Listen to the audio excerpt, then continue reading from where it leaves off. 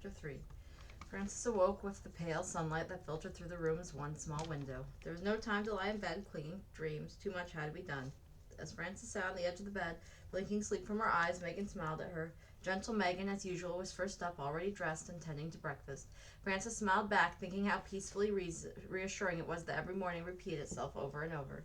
As soon as they had eaten, either slabs of heavy Irish soda bread or porridge that simmered on the stove until it was thick, Megan would carry her basket to the greengrocer's to buy potatoes and cabbage, which would be boiled for the noon meal. Danny and Mike, with their shoe-shining kits, would head uptown to the streets of office buildings, where well-dressed businessmen on their way to work might take time to let one of the shiners polish their shoes. Ma would open the box of shirts to be sewn, and she and Frances would pull their straight wooden chairs to the window to catch the light in order to sew the tiny stitches demanded by the tailor who paid them to work on this piecework. Frances liked to sew of her mother, enjoying the closeness. The stories Ma would sometimes tell, and especially the songs she'd sing in a voice soft and comforting as a newly knit shawl. Even the little ones, Peg and Petey, had their chores, tidying, dusting, drying the tin plates and utensils. Ma demanded cleanliness in and around the house, about the room, and of all who lived in it.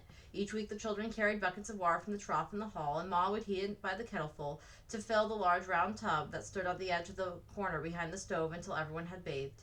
Frances held up her dress. What it need an extra washing with the lye soap Maud made? It had dried, and she rubbed the dress briskly, dusting away the streaks of mud. When she was satisfied that the stains from her drenching the day before no longer showed, she hurried into a corner of the room, dressed quickly, and brushed her long dark hair, loving the soft heaviness of it as it spilled over her hands. Frances was proud of her hair because Maud loved it, so dark and fine, like my own mother's hair, Maud said.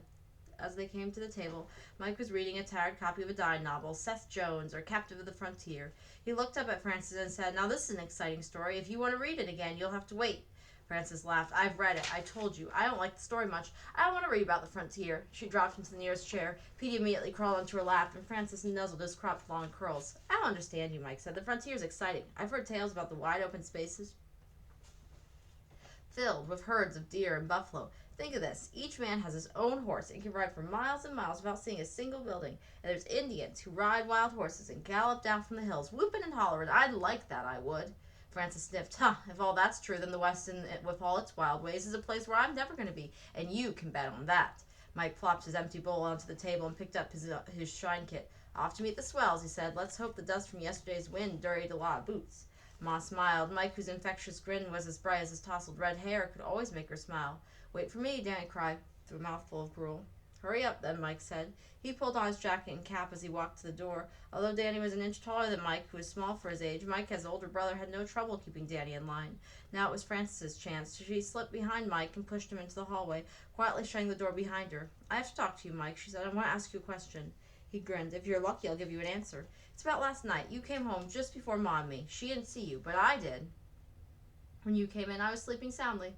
I saw you open an eye." Mike pretended to look surprised. "One eye, was it? Then tell me, what was the other eye doing all the while?" Frances couldn't keep from giggling. "Mike," she said, "be serious." Danny rushed into the hallway so fast he almost collided with Frances. "I'm ready, Mike," he shouted. Danny was barefoot, as Mike was. He had no jacket to wear over his shirts, and knickers, having grown so fast during the summer, he couldn't fit into the one they owned. Danny looked from Mike to Frances. "What are you two talking about?" "Nothing," Mike said, but Frances was not going to be put off. "Danny, do you know where Mike was last night?" The guilt on Danny's face was thick as jam as he answered, "Wasn't he home in bed?" Frances sighed. She could get nowhere with Danny. After Dad died, Danny had clung to Mike as though he was a father. "In bed is where Mike should have been," Frances said. "And isn't that where you found me?" Mike looked at her with wide-eyed innocence. Frances pretended to scowl, but she couldn't keep the smile from her lips. She was much too fond of Mike to be angry with him. "You think that you can talk yourself out of everything," she called after Mike after she watched her brothers run down the hallway and out the front door of the building, but she wondered with a shivering doubt about his ability to talk his way out of everything.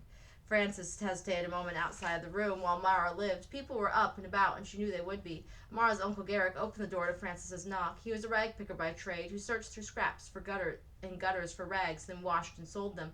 By this time he should have been out on the streets with his cart. "How is Mara?" "Please don't tell me she's worse," Frances stammered. As Uncle Garrick's eyes shifted to avoid Frances's gaze, she frantically squirmed past him and into the room. The Robys had even less furniture than the Kellys, and the bare wooden floor of the room was dusty, and lint cut from the piles of rags were in every corner.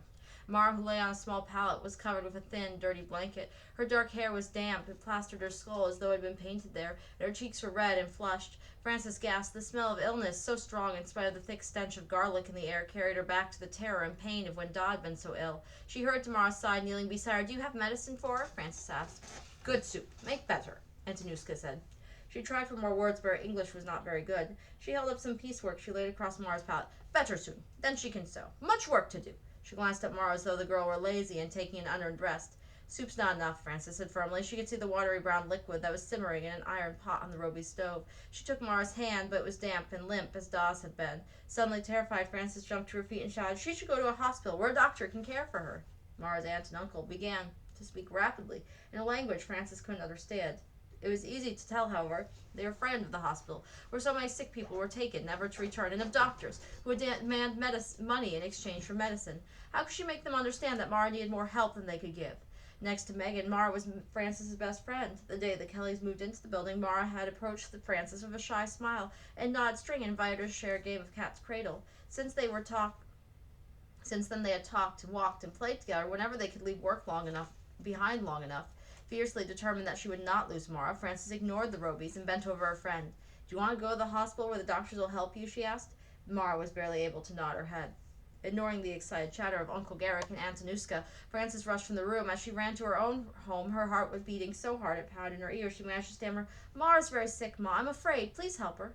Ma nodded. Without a word, she stood, pulled her shawl on, and left the room. While Ma was gone, Frances tried to work on the shirt she was sewing, but her fingers trembled, and she had to rip out many stitches. Megan hushed the little ones and tried to comfort Frances, saying, "You know, Ma, she'll find someone to help." Frances somehow finished stitching in both sleeves and had almost completed the tightly rolled hem by the time she heard voices and footsteps in the hall. The door of the Robys' room opened and shut. Antonushka's wails burst through the wall, and the voices rumbled in anger. Soon the door opened and shut again, and footsteps hurried back down the hall. Frances and Megan waited, desperate to know what had taken place, yet fearful to find out. Ma calmly came through the door and hung up her shawl. "Mara's very ill," she said. "The doctor said the illness has not reached her lungs, and with care and good food she'll get better soon." She paused. He had her carried to the hospital. Frances felt her legs wobble, and she sat on the nearest chair. "Will she be back home soon?" Ma put an arm around Frances's shoulder. After a while she spoke quietly and slowly, as though many words were laid out before her, and she was choosing among them carefully. "A man came with the doctor. He's a minister. His name is Charles Loring Brace. And he set up something called the Children's Aid Society, which cares for needy children. The doctor and Reverend Brace think Mara will do better if she stays for a while at the home the society has set up for orphan children." Frances' mother glanced at her quickly and added, "Just till she's well again." "Is that why Antonushka was yelling so loudly?" Megan asked. Ma nodded. "It took a while to convince Anushka and Garrick that this was for the best." She was silent for a moment, then added thoughtfully, "I've seen Reverend Brace in the neighborhood before. I've heard only good things about the orphan children he places out into new homes in the West, where there's plenty of fresh food and clean air, warm clothing to be had." Frances was sorry for the poor, parentless children Reverend Brace had sent to the West, and desperately thankful she wasn't one of them. How awful to be taken from friends, maybe even other family members, to the wild, terrifying frontier that Mike had described. She gasped as she realized that Mara was an orphan, and now she was in Reverend Brace's care. Frances shivered against the cold, creeping guilt. What had she done to her friend? "Ma," she asked, "was Mara frightened about being taken away from her aunt and uncle?" "Mara will be all right," Ma said. She crossed to her chair, sat down, and picked up the shirt sleeve on which she had been working. As she bent over and began again a row of tiny stitches, she added, "Mara needs to be cared for, love. That's the all of it." "I would have helped care for her, Ma," Frances insisted. "She needed more care than you and I could give," Ma said. Frances picked up her piecework and bent over it, trying to see the stitches through a blur of tears. "I didn't get to say goodbye," she whispered. She worked steadily, unaware that Megan had begun to cook the new meal, until Mike and Danny burst through the door, dropping their shine kits and stirring like a whirlwind the fragrance of potatoes and cabbage that filled the room. "I'm hungry, Ma," Danny called. "You're always hungry." Mike shoved him, laughing and diving over the bed as Danny chased him. Smoothing her skirt, Ma stood up, pulled the chairs to the table, and I'll help Megan dish up. Danny fished in his pocket, pulled out a few coins, and dropped them on the table. "Mike was right," he said. "We've got lots of dusty boots this morning." Mike emptied his own pockets along with the coins he earned. A shining pearl-handled pocket knife fell on the table. "Ooh," Peg said, grabbing the knife. "Where'd you get this?" Mike was quicker than Peg, and the knife disappeared in his pocket. "Found it. Some swell must have dropped it. I was lucky." "You were indeed lucky," Ma said. She ladled food on the plates, and Frances see the wary look in Danny's eye and knew Mike hadn't found the knife. She sat down slowly, trying to think. Surely Mike wouldn't have stolen it. Dad taught all the children over and over that thievery was a crime. Micah said he found the knife. Frances wanted to believe him, but she couldn't help doubting his word. As she ate, she sneaked a sideways glance at Mike now and then until he finally turned toward her and stuck out his tongue. The promise she made to herself was just as solemn as if she'd spoken aloud.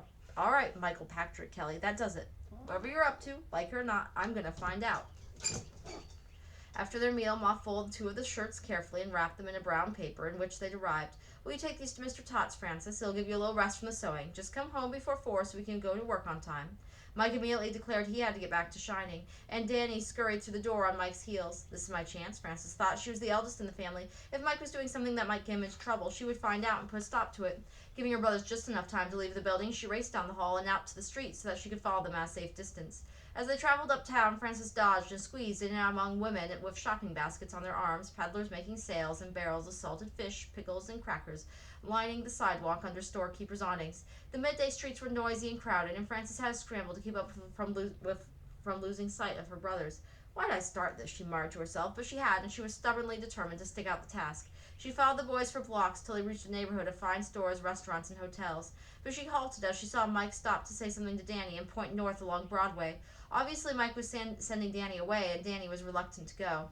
He finally did go, and Frances moved in closer, keeping an eye on Mike. Suddenly he slipped into an alley. Frances trailed him cautiously, ducking behind a stack of barrels, moving ahead only when she was sure he hadn't seen her. She squatted behind a large wooden packing box. If she only looked through one of its torn slats, she could watch Mike. He was pressed against the rough brick wall, his eyes on the building across the street. Frances shivered. The dark alley sucked in gusts of cold wind and spit out swirls of dust, pebbles, and scraps of paper. Frances saw Mike shiver too and rub one bare foot on top of the other. Psst, Mike! The whisper startled Frances as much as it did Mike. She stuffed a hand against her mouth, trying not to cry, and Mike instinctively jumped to one side, crouching, fists up. The whisper appeared from behind a large barrel. Mike, it's me, Danny. Told you not to follow me, Mike said, grabbing Danny's shoulder. Mike shook him furiously. Don't ever creep up on me like that. Danny trembled as though another gust of wind roused through the alley. It's cold in here, Danny complained. Mike peeled off his thin coat and handed it to Danny. Put that on and get away from here. Danny didn't argue. He dove into the coat and stretched it across his chest, tucking his chin under what was left of the collar. I want to stay with you, he said. No, you don't, Mike told him firmly. I've got work to do. I don't want you around getting in the way. I could watch you and learn, Danny pleaded. He paused and glanced around carefully. Frances held her breath and tried to shrink back even further into the shadows, relieved that Danny couldn't see her. Danny turned back toward Mike and lowered his voice, but Frances could hear every word. You're a copper stealer, aren't you, Mike? Frances held a hand over her mouth, stifling a sob. So Mike was a thief, and Danny, because he idolized his older brother, wanted to be a copper stealer too. Frances took a step forward, ready to run into the alley and give her brothers a good strong piece of her mind, but Mike angrily grabbed Danny, turned him around, and gave him a shove. None of your business, he hissed. Get out of here. I mean it.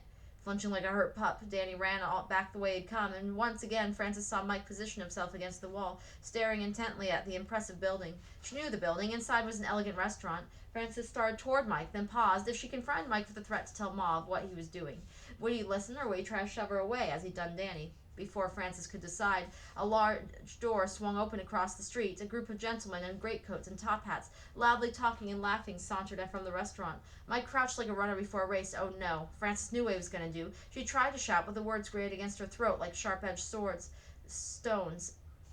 A cab driver clucked to his horse, which clopped toward the group, and the men moved toward the street. Now, Mike said aloud, and dashed from the alley into the street. He dodged carriage wheels and hooves of passing horses and the whips of angry drivers. Terrified, Frances ran after him.